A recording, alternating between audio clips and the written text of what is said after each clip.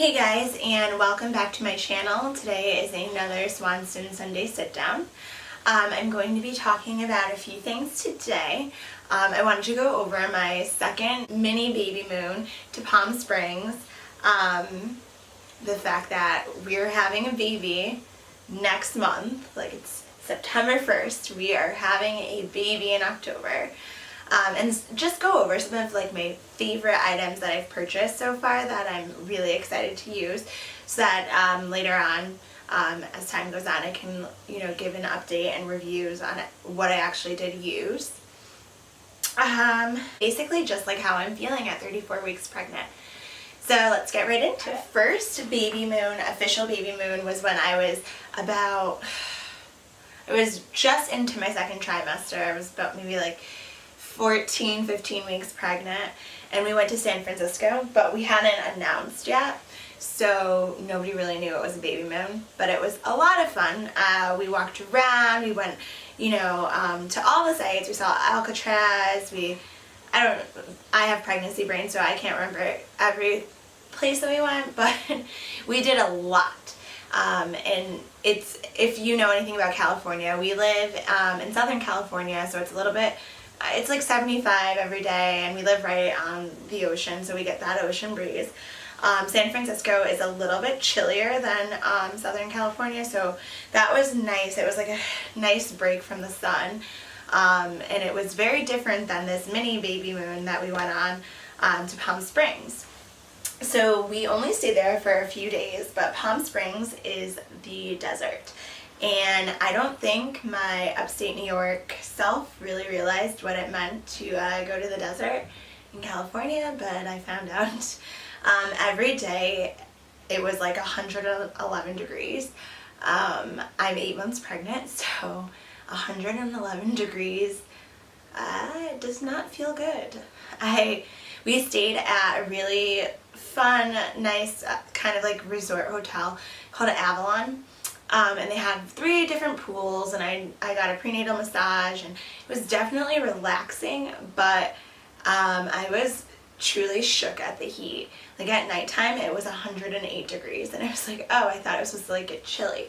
So would I suggest Palm Springs in the dead of summer in August? No, do not go to Palm Springs when it is super hot outside. Anyplace else, because it's just ridiculous. People were not even outside. It was beautiful though. I found myself really wondering how people even live in the desert during these months, because I would stand outside, and the good thing is the heat is dry, but it still feels like you've stuck your head in the oven, which at 8 months pregnant doesn't feel great. But all in all, it was very relaxing. I basically spent all my time in one of the 3 pools because there was no way that I was going to walk around and do like sightseeing during the day. And I definitely want to go back probably in January or February or one of the colder months to see what it's like when it's not as hot as the devil's asshole. So that was fun. It was very different. I'm thankful that we were able to get away, because I was just tired of like always going to the ocean. I don't really like swim in the ocean this pregnant, because I'm not gonna like dive under waves when I'm 8 months pregnant, because I feel like it's dangerous. So basically when we go to the beach here, I just like get in waist deep and like let the waves like crash over me, but other than that I don't really get a lot of swimming in. So it was nice to swim in the pool and kind of feel weightless and everything. So yeah, it was cool. And the prenatal massage that I did was like a quantum healing massage, and so we did a lot of like breathing exercises to like heal the pain that I was feeling, which luckily I realized that as far as pain goes, it's not so bad. Like I do have the pelvic, like SPD, the pelvic pain, but other than that my body is really holding up well. I had a few ribs that were causing me issues, so we did like this breathing exercise together where he was like and I was like, so like labor, but I don't know, like it worked. My ribs stopped hurting. So I mean, the mind over matter thing is definitely something I've always believed in, and something I'm going to try to implement like in my actual delivery to go medication free. So I kind of, that massage and the quantum healing kind of reaffirmed that to an extent pain is something in your head, and you're able to heal yourself or focus and get through it. So still going on that unmedicated kick. But other than that, that was basically it for Palm Springs. So let's move on to being 34 weeks pregnant, 8 months. How do I feel? Really hot. Like I feel like all the time I'm sweating. Right now I'm sweating. I have to have water with me all the time. 1 second. I'm actually feeling heavy now. I don't think I feel like my bump hasn't really grown. Like, I think like this is the biggest it's gonna get. I can't imagine getting bigger, but I just feel heavier all in all, just because I'm just now like getting the uncomfortableness. So I have SPD, which I cannot remember what that's an acronym for, but it's basically the relaxin that your body releases to like get you ready for labor. I guess my body might be releasing too much or like too soon, and so my actual pelvic bones are like separating a little bit, and it hurts like a mother. Sleeping sucks. I have a pregnancy pillow, which I freaking love. If you're interested in that, in which pregnancy pillow I use, I will actually put the link in the description. But it's been amazing up until 8 months, and now I have to use an extra pillow because it's just like so uncomfortable, and I get Charlie horses every night even though I'm trying to stay hydrated, so that's frustrating. I'm tossing and turning all night. I'm peeing all the time. I have reached the point of peeing my pants on, it's not a daily basis, it's like every other day I pee my pants, but it's like, I mean, who wants to pee their pants like ever? As an adult, it's just not fun. So what other 34-week, I've noticed that I have hip stretch marks. That's all I've had so far. Fingers crossed they don't go on my stomach. Normally, like when I went through puberty and everything, I got stretch marks on my sides, so I guess that's kind of expected. I'm hoping to get a pair of hips out of this pregnancy because I don't own hips, and I'm hoping my narrowness will widen out to balance, and I feel like that will be like very attractive, so I will take those stretch marks. But they look very aggressive, like little like bruises, like they're not even like lines, they're just like little bruises looking things on my side. So like not my favorite look, but what can you do? It could be worse. It could get worse, who knows. I've still got like 40 days left of this. Yay. Let me think. Oh, my eyes are super itchy. I've got like really, sorry, my phone's going off. But yeah, I've got super itchy eyes, super dry eyes. My allergies have come back with a vengeance. I feel like in the first trimester I was getting really bad allergies. I don't know if that has anything to do with pregnancy. Like I've always been a sufferer of allergies, but then in the second trimester, up until a few weeks into my, well, up until pretty much like 2 weeks ago, I was like fine, didn't have to take Benadryl, didn't have to take anything. Now my nose is like constantly running. But other than those things, and the fact that I can't like walk around for too long because I'm exhausted, it's really not the worst considering. Like I have a lot of more complicated issues with my pregnancy just because of my fibroids. So I would expect a lot more pain and discomfort than I'm in, and I'm lucky that that's not the case. Also, another great thing about being 34 weeks pregnant, is I have an anterior placenta, so basically it's just like where the placenta like is positioned in your uterus, and mine is like in the front. So throughout the pregnancy, like kicks and all that stuff, I mean, I felt them, but like not as strong. And now at 34 weeks, because she is almost 5 pounds, or should be almost 5 pounds, I have an appointment this week to get an ultrasound for a growth scan. So hopefully she is still growing at the appropriate amount. But I can feel her everywhere, and it's like super reassuring. I have been getting kicked in the bladder, which is like, I don't even like push, like when she kicks the bladder or punches it, I don't know, because she's head down, yeah, pee comes out. So that's not fun, but it's super reassuring. It makes me feel like she's so active. I get, you know, the kick counts thing. I don't even do kick counts every day because she just is so active throughout the entire day. Like, it's just pointless. So it makes me happy to know that she is very healthy and active, and I've noticed like she really does sleep on a schedule, and she sleeps more throughout the night, which is good. I'm hoping that transfers to when she's outside of my body. So moving on from my symptoms, I want to talk about some of the things that we have acquired during these past 8 months and what I'm excited to use. I'm not going to get up and like bring everything to the camera because honestly, I'm just like too pregnant, too hot, don't feel like it. But I will links to like all the, I've used mostly Amazon for everything, but I'll post links to that if you're interested. What I'm really excited for is the 4Moms Mamaroo baby carrier, which is actually behind the camera right now.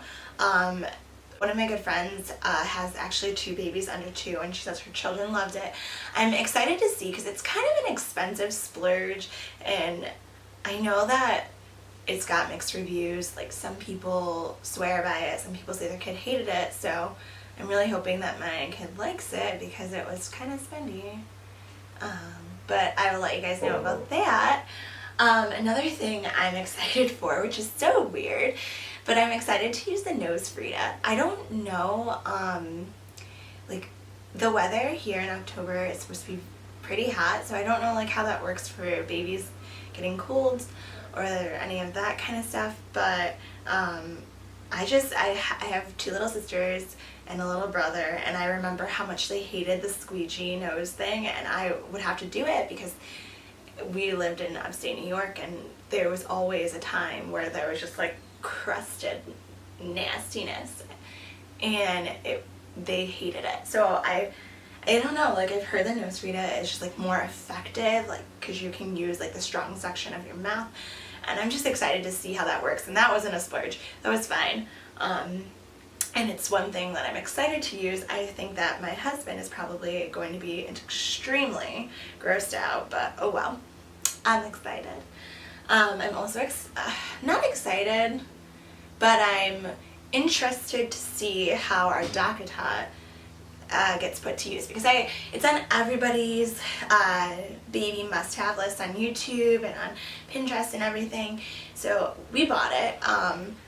Now it's sitting in our crib. I mean, like I don't plan on her sleeping in it just because evidence-based, safe sleep. But just for like lounging while I'm doing stuff like on the couch, and you know when she's in the bed and I'm doing laundry or something, I'm really interested to see if it is worth all the hype, because I don't know, I just feel like now that I'm almost at the finish line, I just feel like we could have put her in on the bed and we didn't need a Dock-a-Tot, but we'll see. I may be proven wrong. Another thing I'm excited about, the Owlette. So we've had our Owlette camera set up since basically we got it, just because I wanted to put the nursery together, position the bed, and make sure that you know, we had everything all set up as far as that. And then we have the smart sock as well, which obviously we can't use till she's here. I'm excited, interested to see if the smart sock is going to help with our anxiety or if it's going to just be kind of a hassle. That definitely was a huge splurge. It was gifted to us by our little beans grandparents, so I'm hoping it wasn't a waste of money for them. I mixed reviews for that. A lot of people say it helped their anxiety like exponentially, and then a lot of people are like, oh, doctors say not to use it because it makes you more anxious. And I'm in a little like group chat with women who do the same date as me, and then I felt like, oh crap, because like I told them I bought the smart sock and camera, and they're like, oh, it burned a baby, blah blah blah. I did see that it burned a baby once, but like this is the new improved one, so I don't know. We'll see. I like that you can check in everything like via like Wi-Fi or like your phone. I like that you can check in with the app. I'm also excited, this kind of ties into it, that we got the Halo bassinet for bedside sleeping, and we plan on using that at night for, I mean, like 3 to 6 months. So the Owlette, like the camera, we're not going to really get much use of, except maybe in the daytime, like if I put her down for a nap and I'm cleaning.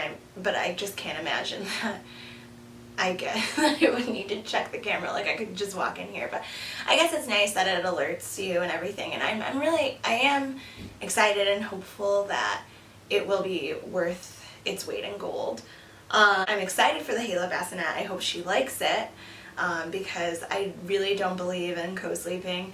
I know it may change when she gets here, but there's been, you know, like close to me and my family, infant deaths from co-sleeping, and I want her with us, but like not with us. We have 2 dogs, we're 2 grown-ups, and it's not we have a queen size bed, so there's no room for a baby in there. So I'm really hoping that she takes to the Halo bassinet, because that really was the most, it made the most sense for like the way that our bed's shaped, the size of our room, and the way that it goes under. So hopefully she likes it. She better like it. I don't know what she's gonna do if she doesn't like it. I'm also interested to see how much she will like her sleep sacks. We have one Halo sleep sack, and then we have like the Snuggle Me ones, like a bunch of different sizes. That's something I'm curious about, is how quickly she'll move from like the newborn to the 0 to 3 months, because we'll see. And then finally, well, not finally, but I can actually show you because it's like right here. So I'm sure like a lot of you who watch like any kind of baby videos, everyone's loving the Hakka. I got an off-brand Hakka, or however you pronounce it, just because this came with a stopper and some other stuff, and it was cheaper, but it looks exactly the same. It's Nature Bond, so I'm excited to use that for a letdown on the opposite side when I'm breastfeeding. And then I also am excited to like use I'm not going to bring that out because it's pretty big, but my Spectra S1, which is the one that you can use, like you can charge it and you're mobile with it. You don't have to just be attached to an outlet. I'm excited to use that because I'm really I'm wanting to stimulate overproduction, because we have, well, first off, I want my husband to be able to give a bottle. Second, we have a lot of stuff happening in the fall winter where her grandparents are going to have to be watching her, and obviously I want to be able to provide her with breast milk. I don't really want to rely on formula, not because formula is bad, but just because I'm home, I don't have to go back to work, like, if I can do it, I want to do it.